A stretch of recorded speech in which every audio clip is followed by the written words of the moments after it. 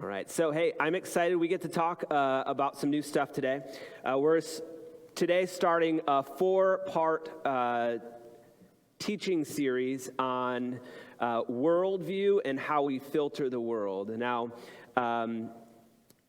it's interesting what filters do. So a filter is something that most oftentimes is used. It's used in social media. It's used in photography, videography, and all of that stuff it's just amazing what they can do to manipulate the photos.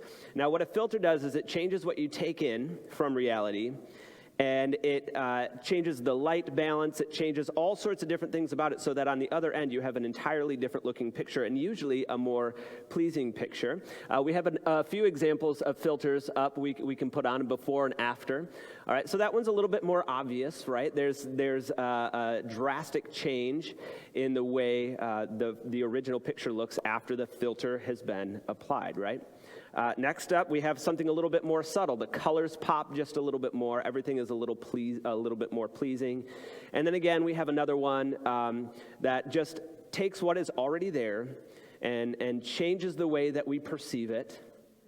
And then on the other end, we have a slightly different picture. Now, what a filter does, again, is it takes reality and it alters reality, right? Now, they have some filters right now that just do things that are completely crazy, like stretching and doing all sorts of different things. Like, you know it's being done. But when somebody is editing a photo and they do it really, really well, you don't know that it was done, but you like the effect of it.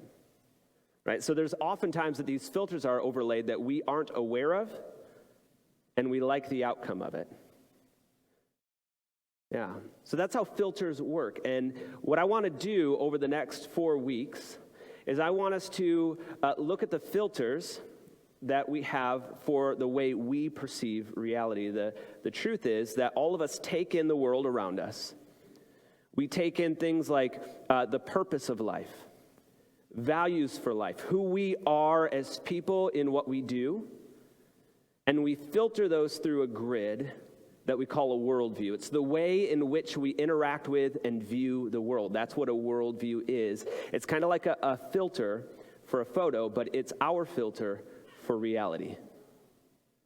And if we're not aware of what this filter is doing, on the other end, we could be thinking we're looking at reality, but it's a slightly different reality than maybe what God has for us. And if we pay attention, we can see these filters. But if we don't pay attention, we're just going to get caught up in the undercurrents of society. Have you ever been caught in a current? Sometimes the current on the surface of a river, it looks fairly calm, right? But there's this undercurrent that is usually a little bit more intense, and it can carry you away if you're not careful, can't it? Our worldviews and filters have the same capacity to carry us away if we don't pay attention. On the surface, it looks pretty simple, but underlying is something different. Now, the church is not exempt from this. In fact, what I want to explore today is this idea of a secular worldview. And what I would argue is that a secular worldview, and secularism is simply, can be understood as dividing faith from the rest of life. Right, the way we are governed, the way that we set up society, all of that is we call it sometimes a separation of church and state, but in philosophical terms, it's a worldview. And it's a separation from anything faith from the rest of life. And what I would argue is that this secular worldview has shaped even the church more than we realize. We've gotten caught up in an undercurrent that has carried us away. I remember realizing this for the very first time. I was leading people, and we were determining what we thought was a mature believer, somebody that was invested in the life of the church. And on the other end of things, we came out with kind of 3 main areas. Do they show up regularly? Do they give to my purpose? And do they serve my purpose? Those same 3 measurements are ultimately, though, not just unique to the church. You see, what I realized is those were very similar measurements to any other marketing or any other product management. There is nothing different about how we put out a product on Sunday mornings, which is our teaching and our worship. That's our Sunday morning is the pastor's product, and I'm your salesman. That's the same way we market anything else. Okay, so what is the product? Is it attractive to our audience? Are they showing up consistently for it? Are new people buying into our product? If not, let's conduct focus groups. Let's find out where we're missing the mark a little bit, how we can be a little bit more approachable, a little bit more significant to our consumer base. And so what we've found is that the church has been discipled more by culture than the church has discipled culture. The secular worldview, which breaks in some ways, at least a piece of it, down into consumers and producers, right, has infiltrated the church. And it's infiltrated us more than we would understand. And again, I would argue that I think in many ways our own discipleship and our own faith formation, our own understanding about who we are may very well be caught up in an undercurrent in a worldview that is more secular than it is sacred.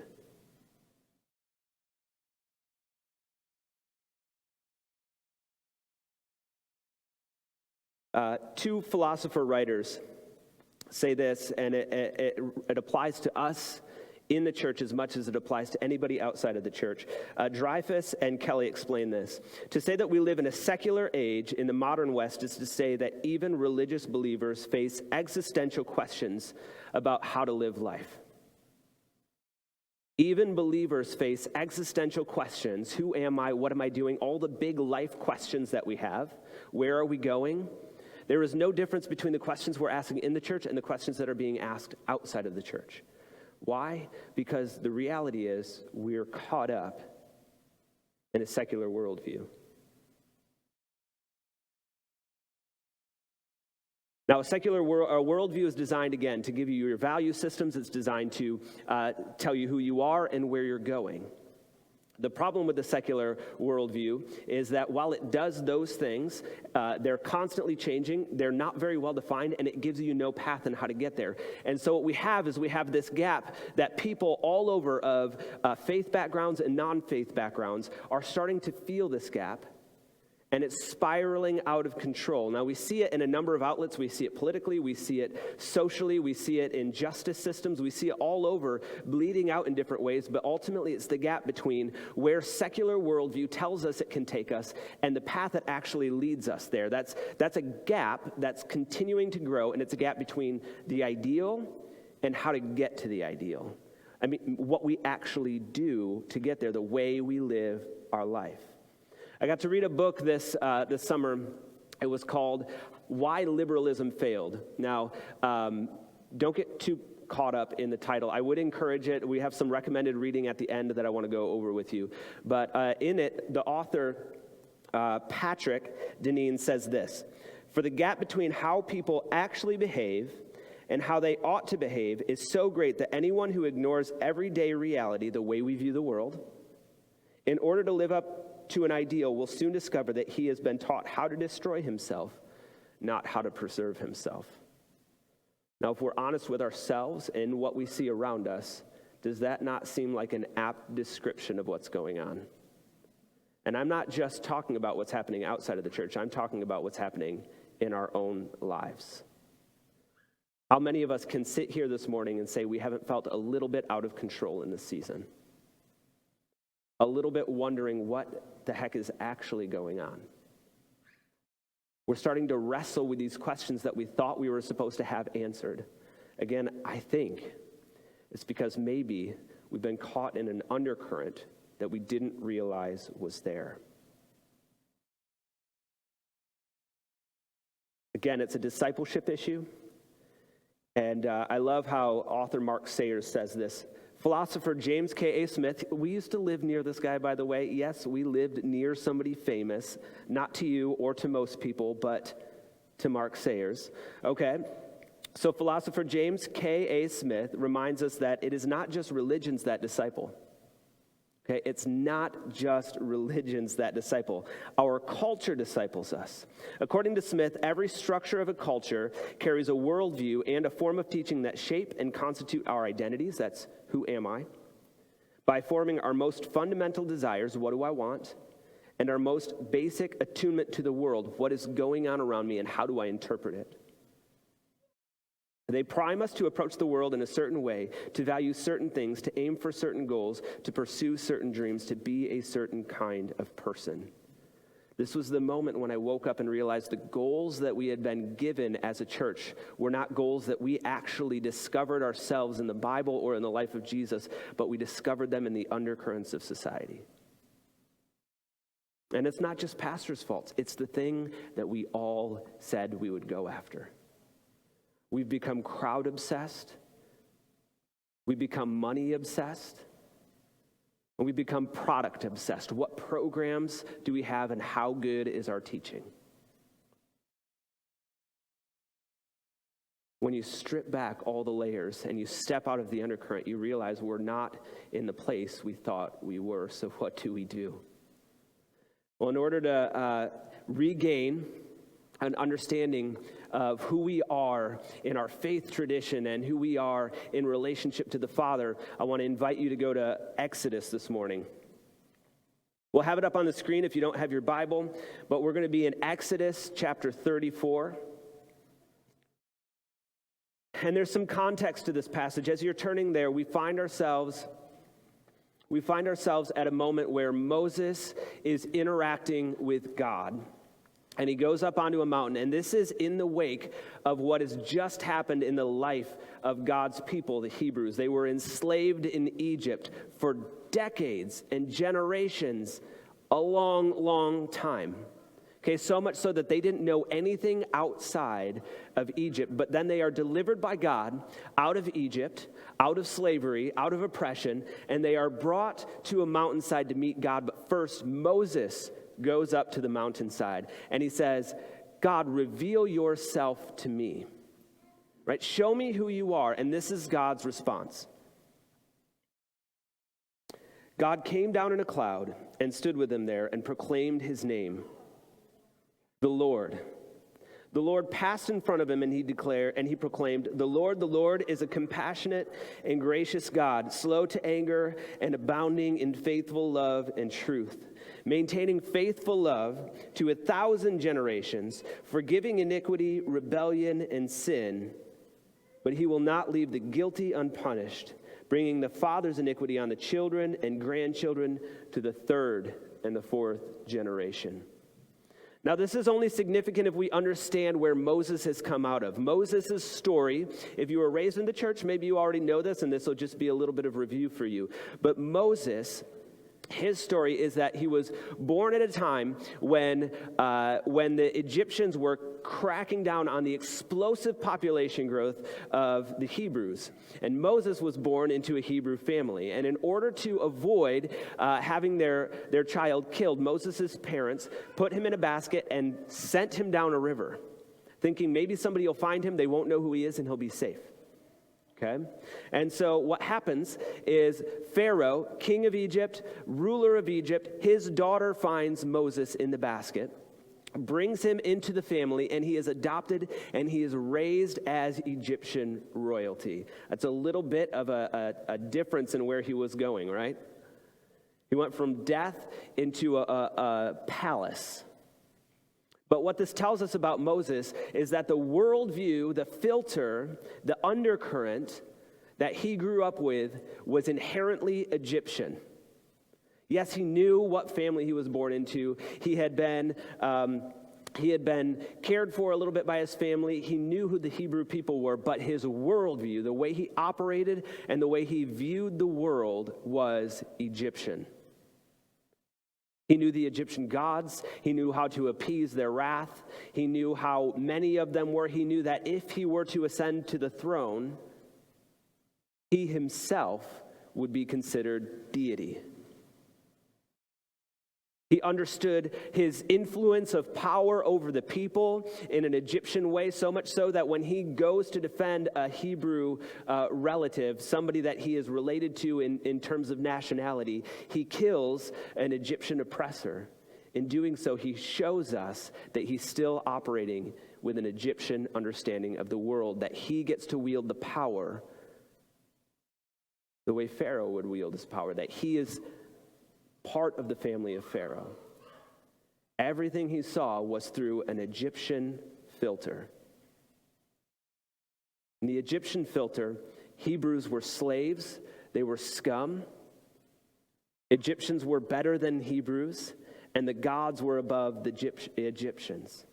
Now, Egyptians had a pantheon of gods, little g gods, right? They had a pantheon of gods that they understood, ruled the world in different ways, and how the gods, or how humans came about was that the gods had been working the earth, and they had been cultivating things, and they had been responsible for their own livelihood, and they got tired of that, so they created humans to serve them, to feed them, to work the earth, to do everything that the gods didn't want to do, so that they could live a relaxed and comfortable life.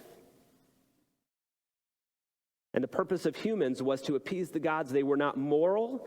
There was no sense of justice. They could be moody and cantankerous, and they could fly off the handle. And then it was the humans' job to figure out who went wrong, who stopped feeding which god, who needed to appease which god, and then you made the proper sacrifice, and you could be in right relationship with that god again and just go back to your quiet servitude.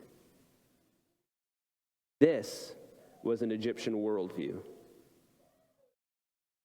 And this is the worldview that God confronts in Moses.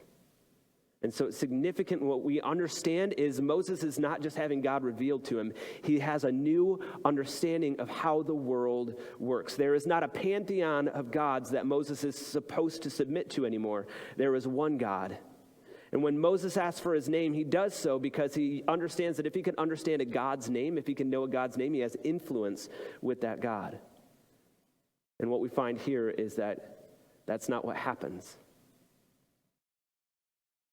The glory of the Lord comes down, and he reveals himself as the Lord. And what we get out of this is we have a translation here of what a condensed version of a statement that God gives to Moses. God's name is actually not a name, it's actually a statement, and it's a meaning. It means to be. So when God comes down, he meets Moses. Moses is asking to have God revealed to him, and God says, I am the one who is. You can't define me, you can't manipulate me, and you can't control me. I am not like the little g gods that you're used to. You're in a different world now. And out of that, we get this transliteration of Yahweh, and our Bibles oftentimes print that as Lord, capital L, Lord. And so when we have God saying, the Lord, he's saying, I am who I will be. I am who I will be. And then he defines who he will be, and it's beautiful. Compassionate and gracious, slow to anger, abounding in faithful love and truth. This is a new way of viewing the world for Moses. He's used to gods that don't act that way. They don't operate that way. You can know their name. You can manipulate them. They're not loving. They're not kind. They use us. That's not what God says. That's not who God says he is. He's compassionate and gracious. He's slow to anger. He doesn't fly off the handle. And he's abounding in love and truth, maintaining love to 1,000 generations, forgiving rebellion and sin. You don't have to get even with God as if you could.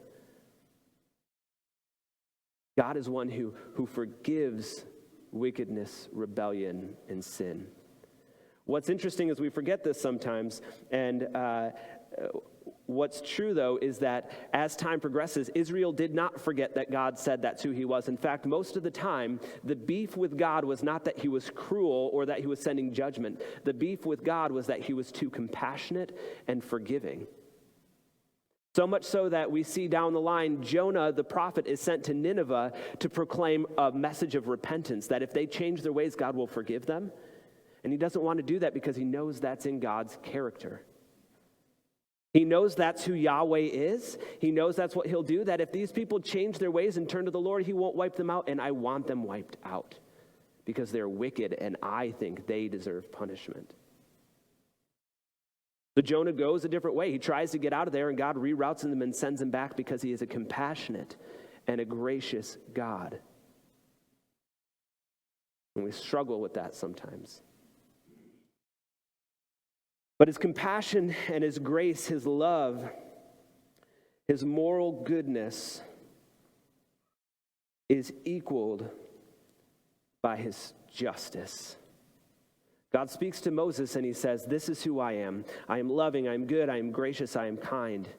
I am the embodiment of all these things, and because of that, I will not let the guilty go unpunished." He is the object of morality, and he is the object of justice. It's a new way of understanding the world for Moses. It was radically different, and it continues on. I want to flip over to Deuteronomy. Again, we'll have this on the screen. So what Yahweh does in the life of Moses, he also does in the life of Israel. And here's a truth for Moses. When Yahweh is revealed, Moses can see reality as it was intended to be.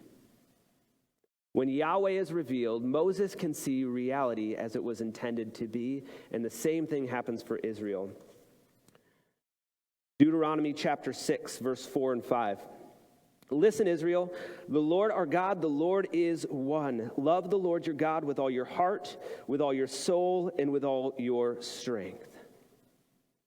Listen, Israel, Yahweh is our God. The Yahweh is one. Love Yahweh your God with all your heart, with all your soul, and with all your strength. Why does Yahweh say this to Israel? Because they were operating from an Egyptian worldview. They hadn't gotten rid of it yet.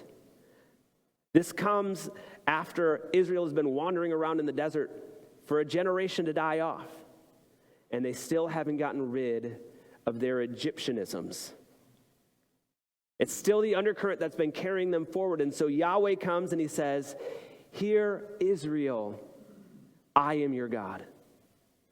I am one God. You're used to a plethora of gods. I am one. What was complex in your old worldview is now simplified in who I am.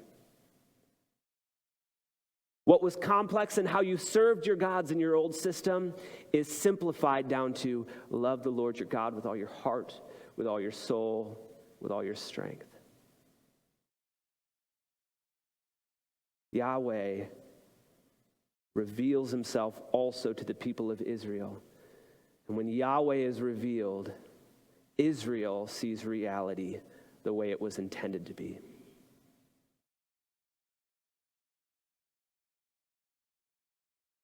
No more complex systems, no more oppression. Now there is justice. Do you know how good justice sounded to Israel? They didn't get to experience it before. Do you know what compassion and grace sounded like for Israel? They didn't get to experience it before. This was good news for Israel. And it forced them to change how they viewed the rest of the world, even Egyptians. They were on the verge of going into the promised land, the land that God had given to all of Israel. They were going to move in. And God gives them this because guess what else they're going to come upon? Other worldviews, other filters, other ways of understanding themselves, other ways of worship, other ways of experiencing reality. And he wanted to remind them, I am Yahweh. I am your God. And I require one simple thing, love. Love me. Love me in return. But Israel had a hard time with this. Historically, you can look through the rest of their story and see that Israel actually was really bad at this. Not only did they fail to get rid of their Egyptian worldview, they also started adopting other worldviews. When they would come in contact with a nation that they were supposed to take the land from, they may have taken the land, but they also took some of their way of understanding the world. And it got so bad that eventually Yahweh takes the land away from Israel and puts them into exile. They never figured it out. Merging worldviews was not just a problem then, it's a problem now. I find myself battling, and I find those around me battling this pressure of living into a secular worldview, a secular undercurrent, or just at least not paying attention and being caught up in it. I find this a lot when people come to faith in the Lord, we used to have people that would join around our table every Thursday night, and they usually came from broken families, and we would eat dinner together, and we would declare who God is. We were just simply trying to declare a new reality and how we experience God and who he was, and people started coming to Jesus because of that. And I remember thinking that it was so cool that people were coming to Jesus, and then as we were interacting, we noticed that some of the kids, the high school students that were there, were having a hard time fully making the transition over to a biblical, Jesus-centered worldview. That even though God had revealed himself, they were still trying to meld the worldviews, and it was just confusing, and it was messy, and we were finding ourselves trying to help them sort it out. Another time, Janine worked at the front desk at a chiropractic office, and she got to have a lot of conversations with the chiropractor there, and the chiropractor was very into New Age spirituality, okay, which is a whole other spiritual worldview, right? And so they're having conversations, and it got really confusing because some of the language seemed to overlap. Some of the spiritual lingo was confusing, and when the chiropractor eventually decided to follow Jesus through conversations with Janine, she found herself still mixing up the worldviews. And I thought about that, and I think, I get it. I get it. Because the church is not the only thing that disciples. We are constantly being discipled. And we have to be aware. But here's the truth that I want us to hold on to. That if we can start to become aware, if we can pay attention to who God is as he reveals himself, that when Yahweh is revealed, you and I can see reality around us the way God intended it to be. When Yahweh is revealed, you can see reality the way it was intended to be. And that reality is filtered through the person of God. He's compassionate. He's gracious. He loves to thousands of generations, and when he is just, it is good because he is good. It doesn't have to be confusing. You see, the world around us is a complex, and it's a confusing thing, so much so that this secular worldview has kind of created many religions, and they find their expression in all sorts of different places. But the rules constantly change, and it's hard to keep up with. But here's what I want to let you know. God is not complex. Hard to measure up, more so than it ever has been in the world around us. But Yahweh is a compassionate God. So I want to tell you, when you find that you don't measure up, don't view yourself and the world around you through the lack. Measure you and yourself and the world around you through the compassion of God. When you find that the world keeps changing and it gets more complex and it's hard to keep up with the constantly ever-changing rules, understand that Yahweh is one. He's not trying to hide. He's not trying to be over-complex. He just is who he will be to you. In a world that values justice but can't define justice or have a source for justice, know that Yahweh is just. That you and I don't always have to figure that out. We can treat others with equity around us because Yahweh will take care of justice.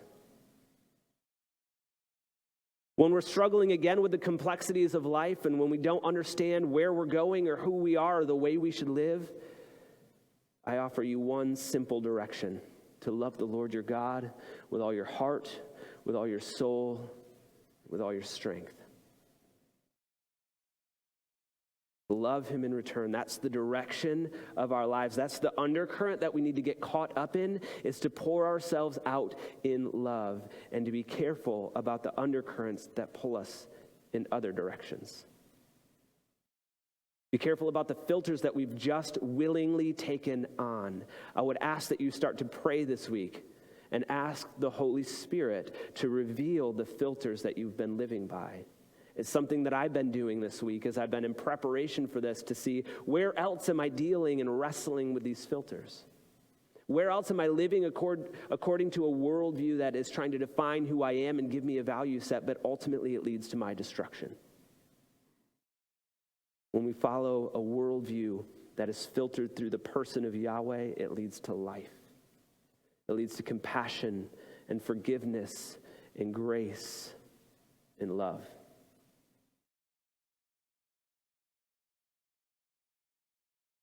We have 3 more weeks of talking about worldview, and as we do so, we're going to be developing more fully what our worldview filtered through the person of Jesus Christ looks like. That's what we talk about next week.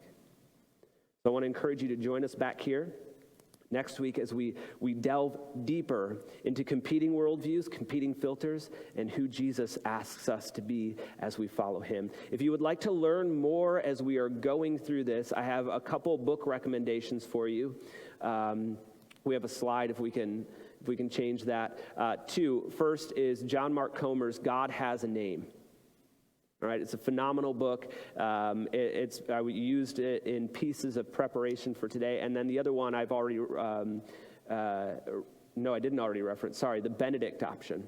Okay, so if you want to pick up either of those books and read through them, I'm glad to have some more discussion around those. But those are 2 phenomenal books. One is going to give us a picture of who God is and how he reveals himself. The other one does a phenomenal job at showing us how we have been ingrained to believe within the worldview of those around us.